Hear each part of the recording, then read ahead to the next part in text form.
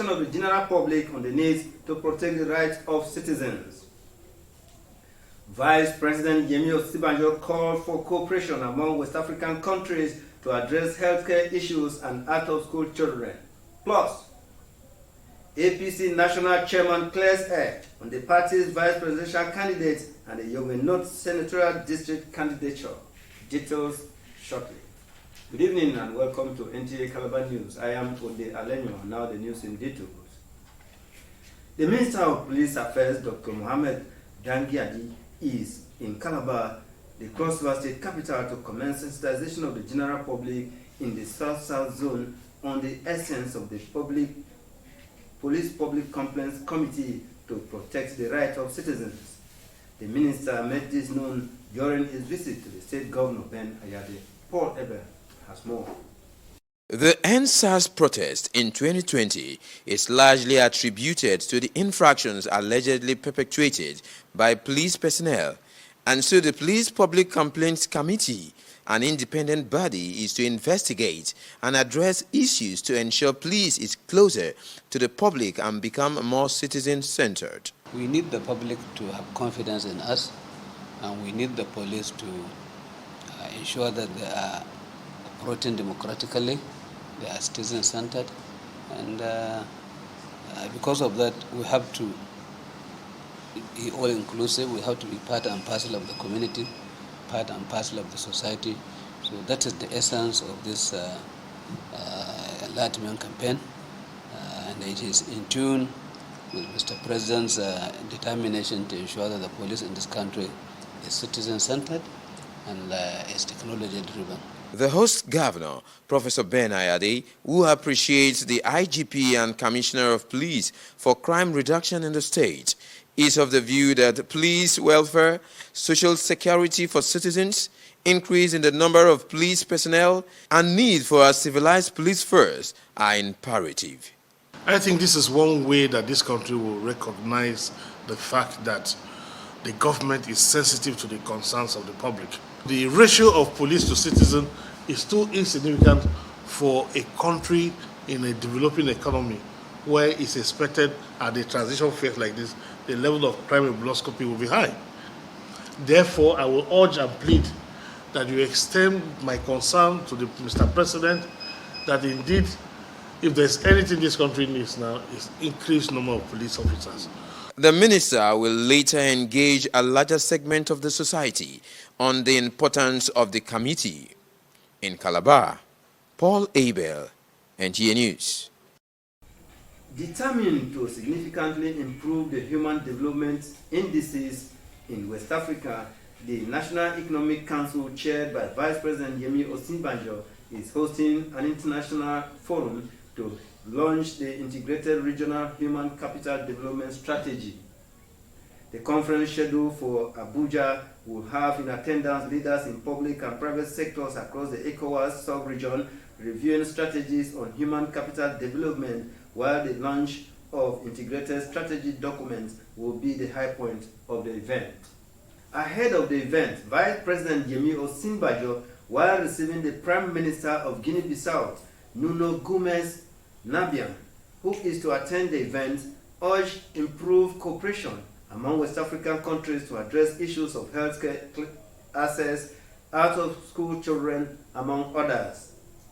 The Prime Minister extolled the leadership quality of President Muhammadu Buhari, and Vice President Yemi Osinbajo extended goodwill messages from the President of Guinea-Bissau, Mbalo, with a promise for an improved working relationship between the two countries. The Minister of State for Transportation, Senator Bemisola Saraki, says there is need to sustain the Deep Blue project as it will serve as a benchmark for member states in the Gulf of Guinea and relevant stakeholders. The project will also provide a model for further innovative strategies to align with subsisting framework in improving maritime security in the region.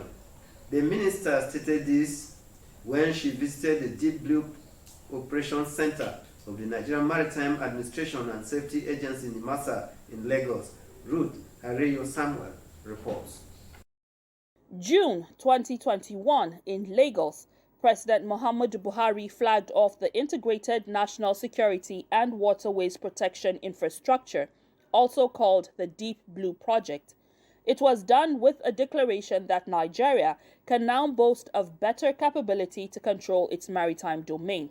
The project, which has provided a robust maritime security architecture, has enhanced maritime domain awareness and improved law enforcement action.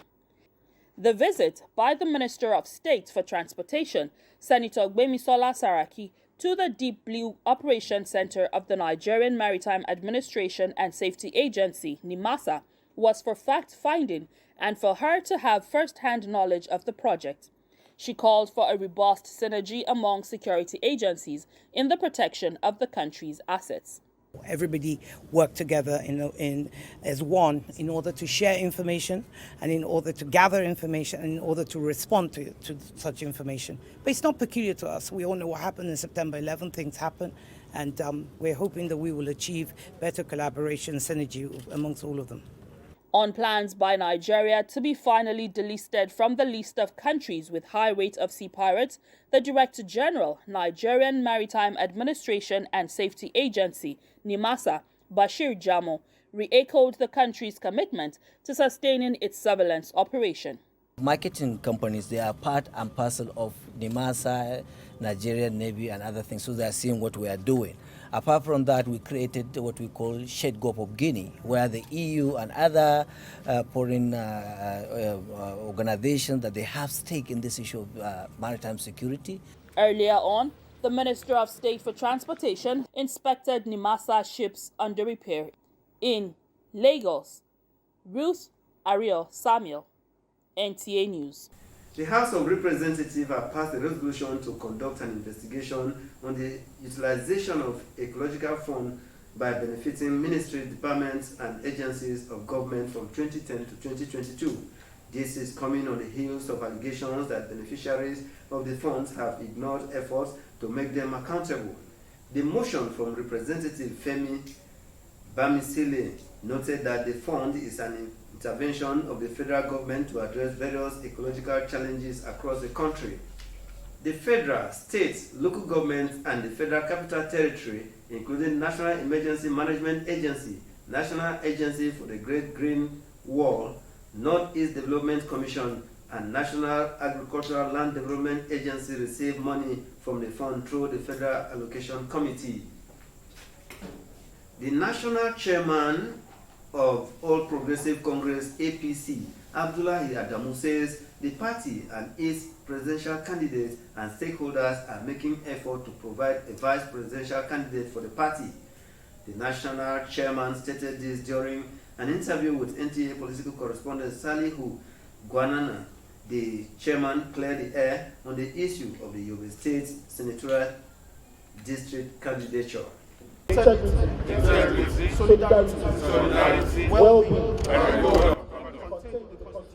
It is 3 months since the former Nasarawa State Governor Abdullahi Adamu took charge of the affairs of the governing party, the All Progressives Congress. His team is in the saddle of the ruling party as the nation prepares for another general election. Conscious of this, the National Executive Committee is giving the team its full support to ensure a smooth running administration. Within this period, the party has conducted primary elections from local government, states, National Assembly, and that of the President. And the party is standing shoulder to shoulder with him in what he is trying to do to arrive at some kind of consensus person that will be acceptable by the united leadership of the party and the followers of the party. And we only plead for our lovers, for the lovers of our party, to exercise a little more patience and wait for the unveiling of the vice presidential candidate of the APC. On the knotty issue from Yobe North, he said Senate President Ahmad Lawan has enjoyed the mandate of his people as a senatorial candidate through a process the party supervised. Because as chairman part of the party, I know there was a primary. And of course, there's not, you can have primary 1 or 2 times, whatever, as far as the reason for it, as far as you follow due process. for having another primary. I do know, I have the document before me, show clearly that yes, he contested for the president.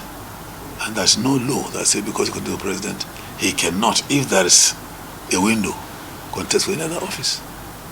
The Constitution allows him to do so. The Electoral Act allows him to do so. And you cannot take it away with the noise that you're making on the street. Simple. And he contested and won. If he didn't win, he won't be taken as a candidate to any.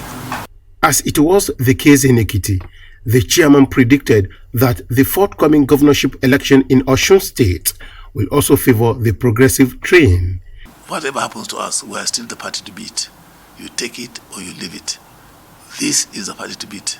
In Abuja, Salio Gwanara, NTA News. You are watching news reaching you live from the studio of Nta Calabar. You can watch this newscast on our YouTube channel at youtube.com/Nta Calabar. We'll go in a short break. We'll be back. Don't go away.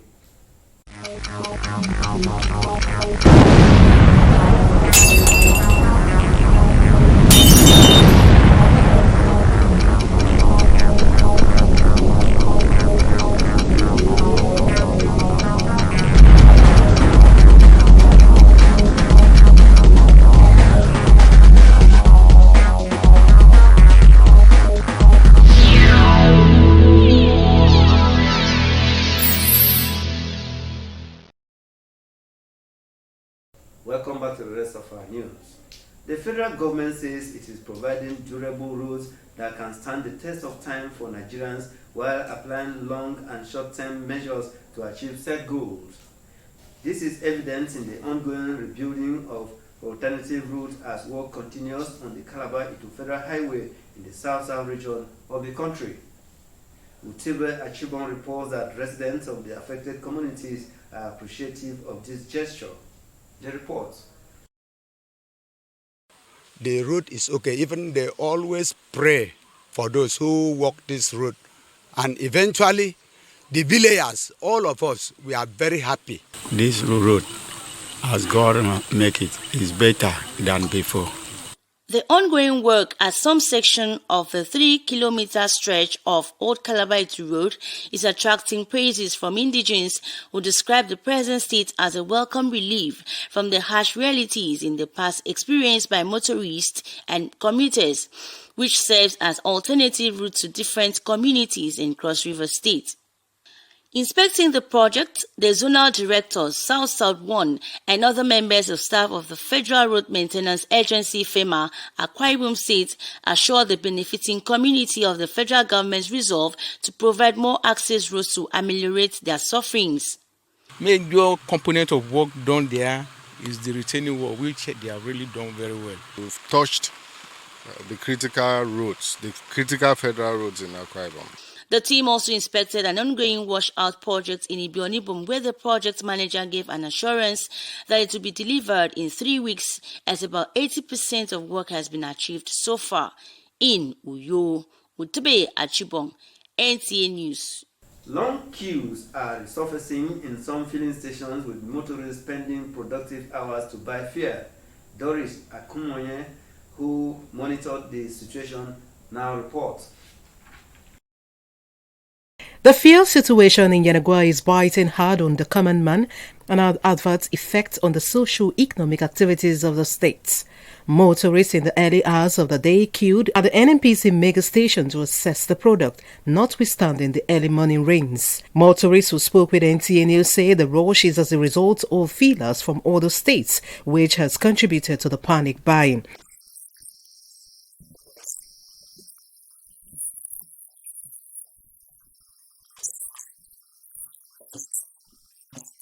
There is queue everywhere. There is filling station you get. Certainly there is. I have not been there. We hope we will not change the price. Some independent marketers who have the product have slightly adjusted the price upward, while others are holding the product as they refuse to open for business.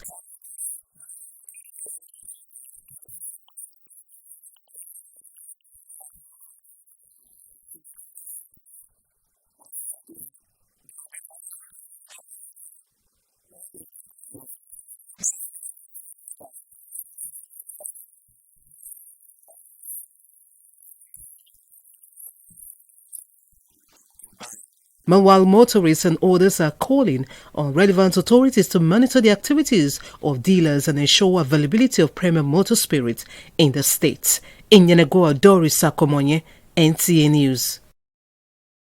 As farming activities intensify across the country, farmers in Benue State have raised an alarm on the influx of fake and adulterated agrochemicals in the market. Irene Solomon, who went around some markets in Makurdi, reports that farmers are calling on relevant stakeholders to checkmate the excesses of the dealers of agrochemicals in the state and country at large. The reports. The onset of farming activities has necessitated the high demand for agricultural chemicals such as pesticides, herbicides, fungicides, insecticides, as well as fertilizers commonly used in agriculture to control weeds, pests, and improve crop production. Dealers in the product have taken to produce fake and substandard agrochemicals to meet up the high demand of the product. Our farmers will need to be very careful, and rather than go for these pesticides and these herbicides, there are alternatives that they should be able to use to do the same thing. We are advocating for organics. We are trying to meet with standard organization and the Federal Ministry of Agriculture to see that this menace is removed. If not, it is affecting farmers adversely. State Coordinator, Standard Organization of Nigeria, SON, Gabriel Abba says they have received series of complaints from farmers on the influx of adulterated and substandard agrochemicals in the state. Mr. Gabriel says his men have swung into action to carry out surveillance in the markets. We swung into action to get as many of those products from the market, as many of those products from people who have used them and had issues with them, giving us the correct details of what brand of product they purchased, the location they purchased from, the persons or shops they purchased from, and then we will take it from that point. He further advised the general public to report any product perceived to be substandard to the Standard Organization of Nigeria office in the state. In Makurdi, Iverin Solomon, NTA News. The Inspector General of Police, Usman Al-Khalibaba, has approved the posting of a new Commissioner of Police to Akwa Ibom State. He is Commissioner of Police Olatoye Jorishomi, who is to take over from AIG Andrew Amigene. The new Commissioner of Police Olatoye holds BSc in Sociology, University of Ife, LLB and LLM from Delta State University and Lagos State University, respectively. He was appointed into the Nigerian Police as a Cadet Assistant Superintendent of Police on the 3rd of March 1990 and has served in various capacities and attended courses both locally and internationally. Before his present appointment, CP Olatoye was ACP Operations in Imo State Police Command, ACP CIG Akwa Ibom State Area Command, Akure DCP Kebbi State Police Command, and DCP Special Weapon and Tactics Lagos. Commissioner of Police Olatoye, who has assumed duty as 31st Commissioner of Police in Akwa Ibom State, enjoins the peace-loving people of Akwa Ibom State to remain law-abiding and accord him the needed cooperation to fight crime and criminality to make the state the most peaceful state in the country. From the tragedy of over weeks ago that shook the nation to its core, to the killings and kidnapping just this weekend in Kaduna State, it is clear there is a design by wicked people to put the country under religious threat. President Muhammadu Buhari believes that the religious freedom and diversity is what makes Nigeria great, and noted that the action of the wicked cannot distract or divide the country through planned politically motivated criminal outrages. He says the perpetrators are cowards, weak and wicked men with guns, murdering in cold blood unarmed women and children at their place of worship. The president urged all Nigerians to come together to pray, whether Christians, Muslim, or any other great faith, to hold the victims and their families in hearts and minds to prove that Nigeria will never be bullied by coward extremists or terrorists. The Cross River State Police Command has declared Mr. John Ndu Onyegu whose photograph is on the screen, missing. Mr. Jones resides at number 44 Palm Street, Calabar South. He is 50 years old, 5 feet tall, black in complexion, speaks Igbo and English language fluently. In a statement signed by the police public relations officer Irene Ugbo, Mr. John Onyegu is a native of Mahu, Egbema village in Ohaje, Egbema local government area of Imo State. He is a driver at Christ the King Catholic Church, 13 Brigade, Calabar. He left the house on the 9th of February 2022 on official assignment to Ibadan, Oyo State, and has not returned home. The command hereby appeal to the general public with useful information to call GSM number 07034220188. And finally, a recap of the top stories. The Minister of Police Affairs, Dr. Mohammed Jagiadi, says the commencement of sensitization of the public on police complaints committee is to deepen community policing and to encourage citizens. The Vice President Yemi Osinbajo has sued for cooperation among West African countries to address the issues of healthcare and out-of-school children in the sub-region. It was also in the news that the national chairman of All Progressive Congress, Abdullahi Adamu, says the party is making effort to select vice presidential candidate for the party. That's it on our news for now. From me is good night.